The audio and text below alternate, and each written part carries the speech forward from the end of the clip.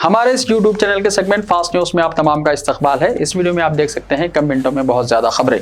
तो आइए शुरू करते हैं वीडियो को और देखते हैं आज की ताजा तरीन खबरें। हैदराबाद समेत रियासत के कई अजला में गरज चमक के साथ जबरदस्त बारिश। हैदराबाद समेत तेलंगाना के कई अजला में आज दोपहर जबरदस्त बारिश हुई। शहर में आज दोपहर के बाद आसमान अबार आलूद हो गया था। इसके बाद गरज चमक के साथ बारिश शुरू हो गई। हैदराबाद और सिकंदराबाद के कई मुकामात पर जबरदस्त बारिश हुई, जिसकी वजह से सड़कों पर पानी जमा हो गया। बारिश की वजह से जहां शहरियों को झुलसा देने वाली शदीद गर्मी से राहत हासिल हुई, वहीं राहगीरों और गाड़ी सवारों को मुश्किलात का सामना करना पड़ा। जेएचएमसी के अमले को पानी की नक्काशी के काम में मसरूफ देखा गया, जबकि ट्रैफिक पुलिस और लॉ एंड ऑर्डर का अमला भी मुतहर्रिक देखा गया। हैदराबाद में गरज चमक, मौसम अबार आलूद।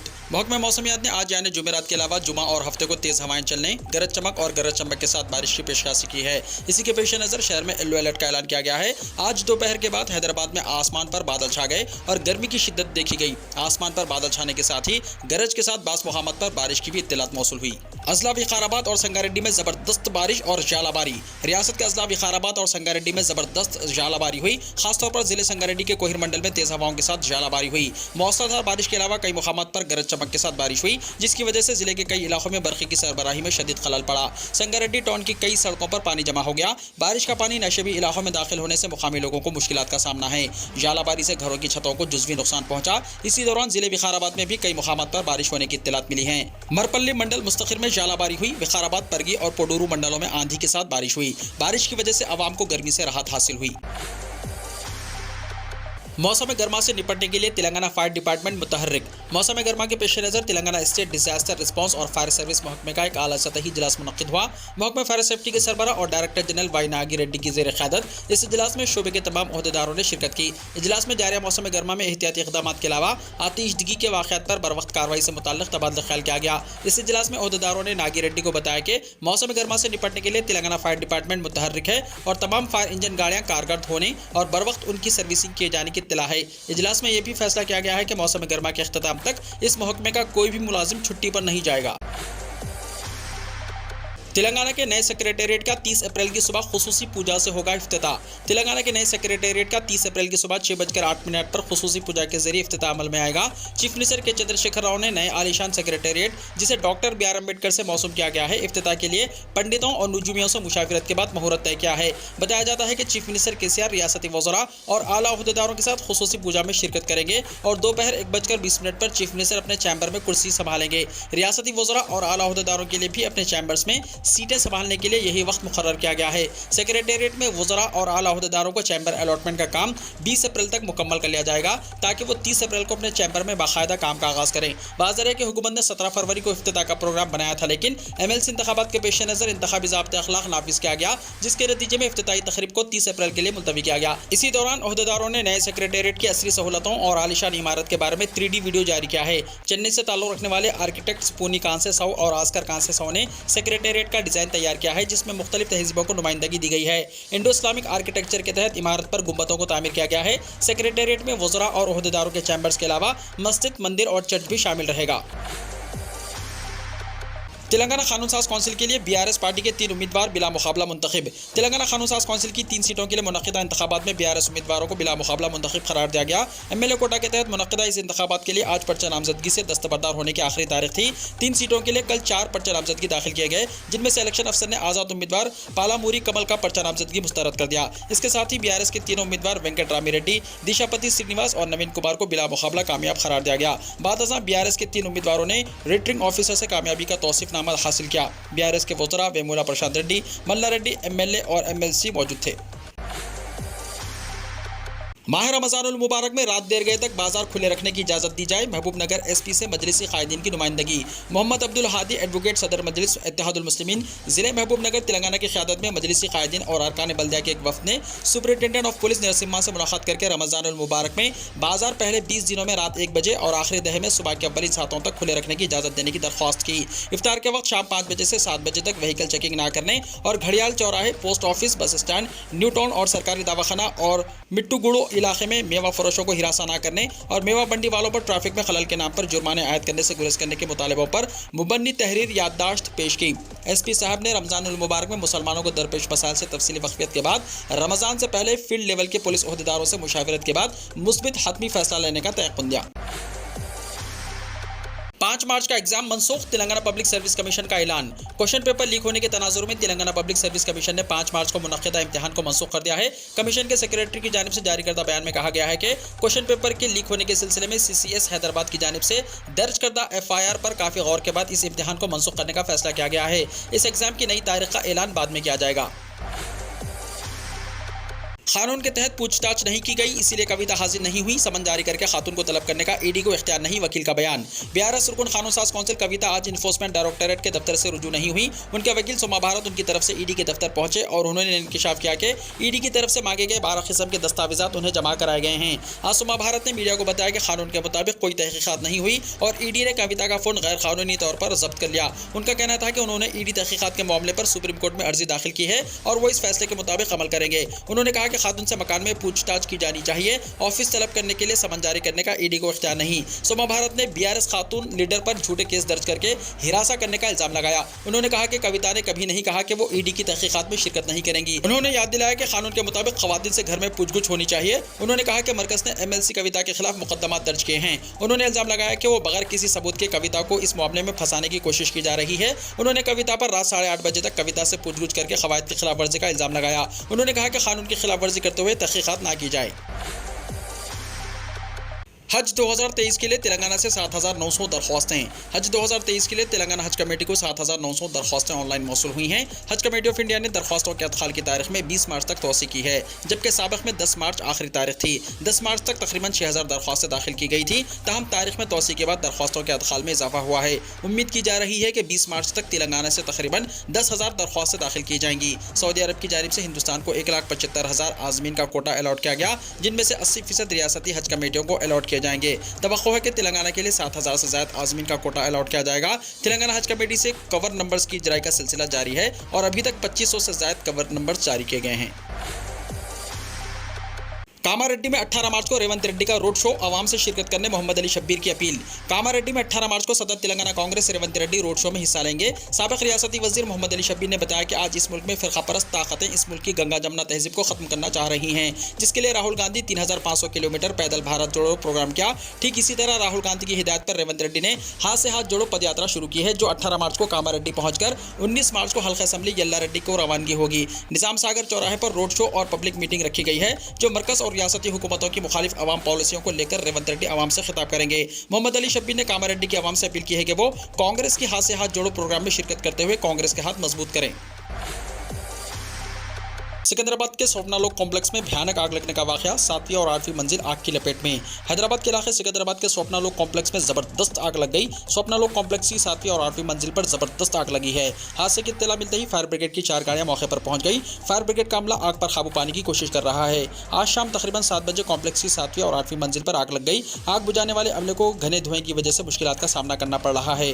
हुक्काम को शुबा है कि कॉम्प्लेक्स के अंदर बहुत से लोग फंसे हुए हैं। फिलहाल स्वप्नालोक कॉम्प्लेक्स के आसपास के इलाके में ट्रैफिक जाम हो गई है, जिसकी वजह से गाड़ी चलाने वालों को शदीद परेशानी का सामना है।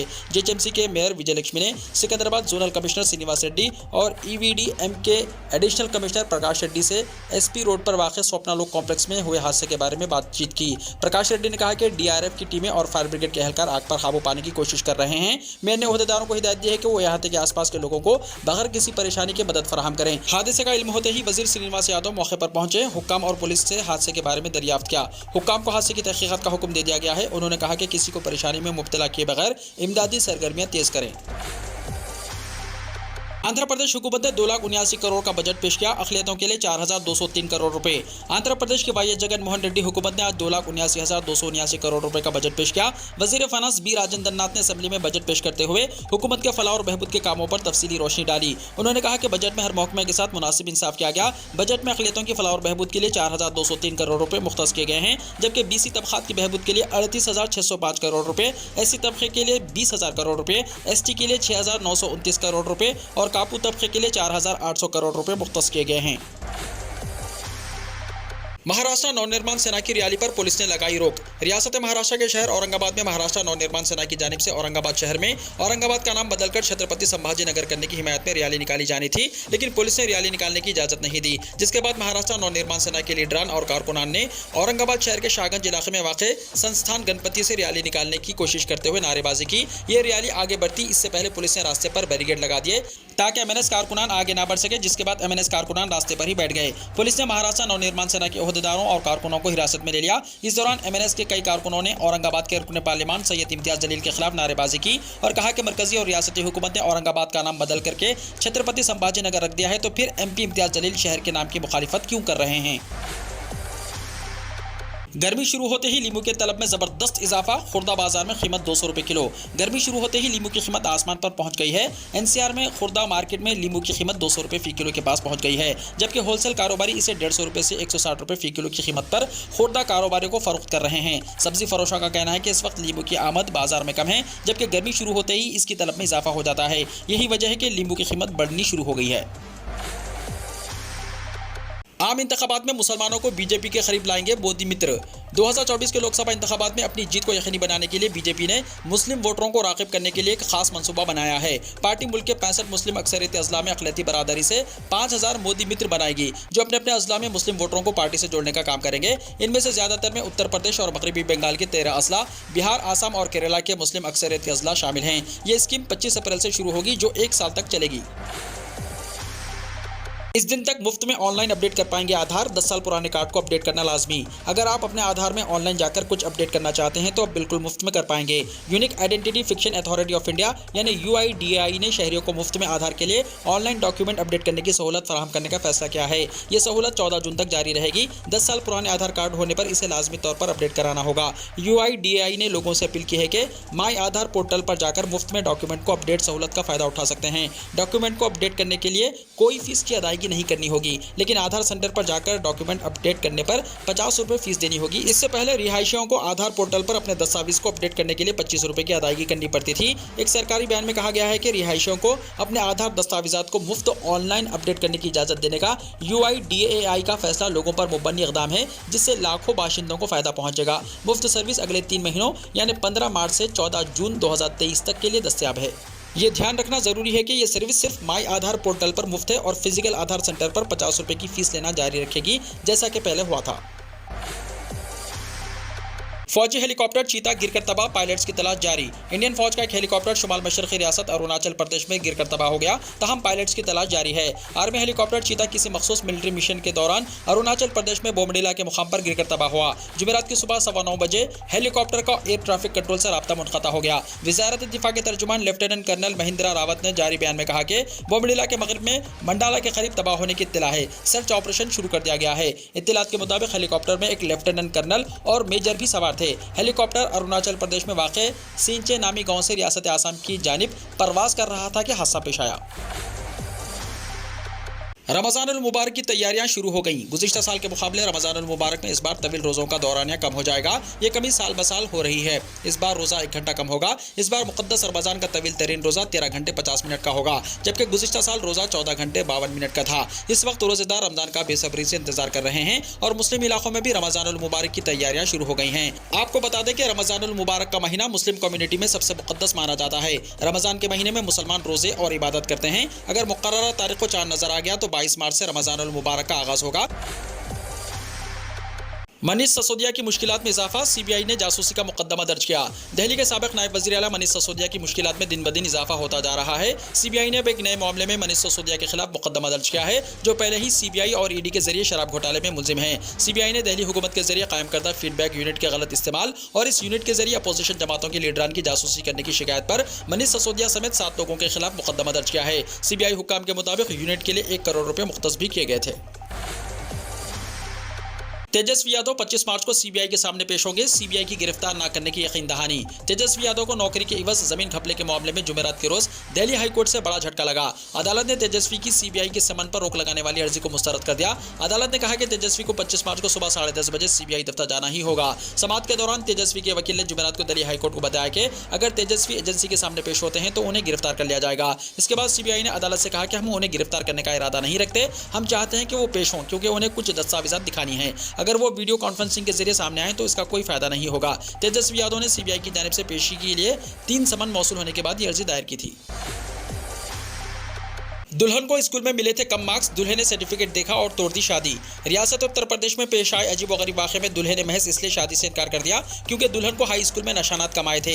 जिले कन्नौज के तुरीली कोतावली इलाके में यह वाक़या पेश आया। लड़की के घर वालों ने दूल्हे के खिलाफ पुलिस से शिकायत की है। शिकायत में कहा गया है कि 4 दिसंबर 2022 को इन दोनों का रस्म हुआ। उस वक्त लड़की के बाप ने तकरीब के लिए 60,000 रुपये खर्च किए। उनका इल्जाम है कि मस्जिद जहेज के मुतालबे को लेकर शादी से इनकार के लिए अचानक दूल्हे ने दुल्हन की हाई स्कूल की मार्कशीट देखने का बहाना किया और शादी तोड़ दी गई। उनका कहना है कि लड़की की तालीम काबिलियत से मुताल्लिक पहले ही दूल्हे के घर वालों को तमाम तफसीलात से वाकिफ करवा दिया गया था, बावजूद इसके ये हरकत सिर्फ जहेज के लिए की गई। महबूबा मुफ्ती ने शिवलिंग पर पानी चढ़ाकर पूजा की। जम्मू एंड कश्मीर के साबिक वज़ीर आला और पीपल्स डेमोक्रेटिक पार्टी की सदर महबूबा मुफ्ती ने अपने दौरे पुंछ के दौरान लाइफ ऑफ कंट्रोल से मुत्तसिल उज्वत गांव का दौरा किया। इस मौके पर उन्होंने नवागिरा मंदिर का दौरा किया। वहां उन्होंने नसब मूर्तियों का दर्शन करने के बाद शिवलिंग पर जल अभिषेक करके पूजा पाठ में हिस्सा लिया और रियासत में अमन के लिए दुआ भी की। काबिल जिक्र है कि इस मंदिर की तामीर PDP के साबिक MLC पुष्पाल शर्मा ने करवाई थी। सदर महबूबा मुफ्ती के मंदिर दर्शन और पूजा के मौके पर साबिक MLC पुष्पाल शर्मा के अहल खाना के अलावा बड़ी तादाद में पार्टी कारकुनान भी मौजूद थे। महबूबा मुफ्ती ने शिवलिंग पर पानी चढ़ाकर पूजा भी की। वाज़ेह है कि एक रोज पहले पीपल्स डेमोक्रेटिक पार्टी की सरबराह महबूबा मुफ्ती ने राजौरी के इलाके में वाक़े डांगरी में अस्करियत पसंदों के हमलों में हलाक हुए 7 आम शहरों के अफराद खाना से मुलाकात की और उनसे ताज़ियत का इजहार किया। न्यूजीलैंड में 7.1 शिद्दत का जल्जला, सुनामी की वार्निंग हुई जारी।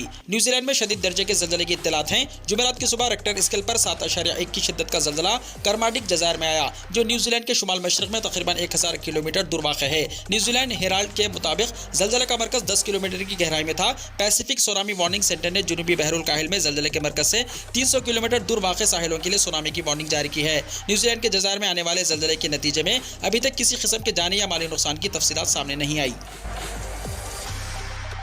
सऊदी में माह रमज़ान में ऑफिस के टाइमिंग सिर्फ 5 घंटे होंगे। मुमलिकत सऊदी अरब में सरकारी दफातर और प्राइवेट कंपनियों में औकात कार में कमी कर दी जाती है। इमसाल के रमज़ान के लिए सऊदी वज़ारत अफरादी क़ुव्वत और समाजी बहबूद ने कहा कि रमज़ान में दफातर के औकात कार सिर्फ 5 घंटे होंगे। बयान में कहा गया है कि दफातर में काम सुबह 9 बजे शुरू होगा और सहपहर 3 बजे तक जारी रहेगा। अक्कास अखबार के मुताबिक वज़ारत का कहना है कि सिविल इदारों में अफरादी क़ुव्वत के ज़वाबित में बताया गया है कि रमज़ान में औकात कार 5 घंटे से ज़्यादा नहीं हो सकते। अलबत्ता वज़रा और उनके क़ायम मुक़ाम सरकारी ओहदेदारों को औकात कार के आगाज़ और इख्तिताम में तब्दीली का इख्तियार हासिल है। वीडियो को लाइक शेयर कीजिए और हमारे इस YouTube चैनल को सब्सक्राइब करते हुए इसके बेल आइकॉन को प्रेस कर लीजिए ताकि ऐसी ही ताज़ा तरीन खबरों का नोटिफिकेशन सबसे पहले आपको मिलता रहे।